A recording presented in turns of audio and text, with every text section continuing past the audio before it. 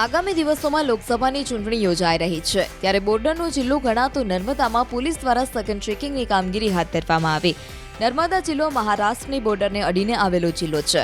મહારાષ્ટ્રમાંથી દારૂ અને બિનહિસાબી રોકડ તથા ગેરકાયદે ચીજોની હેરાફેરી ન થાય તે માટે ખાસ તકેદારી રાખવામાં આવી રહી છે।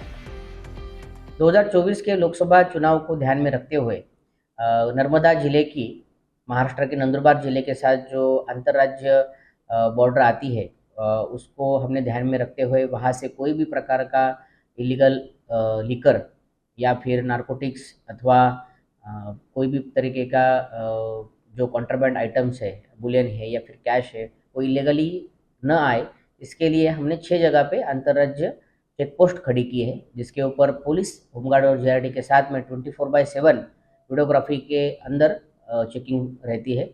इस चेक पोस्ट के ऊपर काफ़ी अच्छी प्रमाण में हमने प्रोहिबिशन के केसेस और उसके साथ में मोटर व्हीकल एक्ट के केसेस भी किए हैं।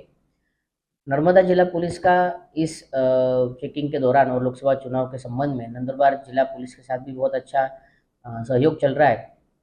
काफ़ी सारी मीटिंग हुई है और 2 दिन पहले ही नंदुरबार एसपी और उनकी टीम के साथ में हमारे ज़िले की पूरी टीम ने सागबारा सर्किट हाउस में एक मीटिंग भी की है और काफ़ी अच्छे इंटेलिजेंस का आदान प्रदान भी हुआ है। और मुझे लगता है कि आने वाले समय में इन चेक पोस्ट के द्वारा हम जो एनफोर्समेंट करवा रहे हैं, इससे चुनाव में काफ़ी शांति रहेगी और हम काफ़ी सक्सेसफुल रहेंगे।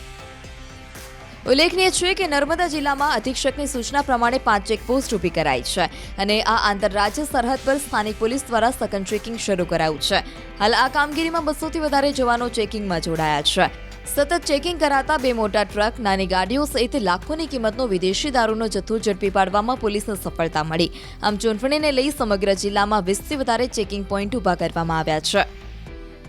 2024ની લોકસભાની ચૂંટણીને લઈ હાલ જે પોલીસ છે, જે તંત્ર સતત થયું છે, એક પીઆઈ એક પીએસઆઈ કરીને આ લોકો તમામ ચેકિંગ હાથ ધરી રહ્યા છે। કોઈ પણ જાતનું જે કેફી પીણું છે, જે દારૂ છે કે કેફી પીણું છે, જે નર્મદા જિલ્લામાં ના પ્રવેશે, ગુજરાતમાં ના પ્રવેશે, એ માટેનું જે ચેકિંગ છે એ ચેકિંગ હાથ ધરવામાં આવી રહ્યું છે।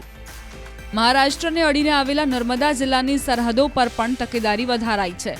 જિલ્લાની 5 ચેકપોસ્ટ ઊભી કરાઈ છે। એટલું જ નહીં, મહારાષ્ટ્ર અને ગુજરાતની બોર્ડરો અલગ અલગ બનાવવામાં આવી છે અને આંતરરાજ્ય સરહદ પર સઘન ચેકિંગ શરૂ કરાયું છે।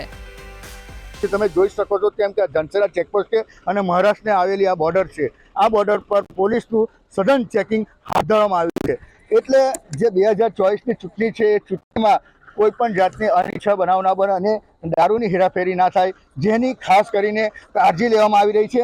અને આ કાળજી લેવાતા હાલ નર્મદા પોલીસ સતર્ક બની છે અને તમામ જે આવતા વાહનો છે જેનું ચેકિંગ હાથ ધરવામાં આવી રહ્યું છે। દીપક પટેલ, ન્યૂઝ 18 ગુજરાતી, નર્મદા।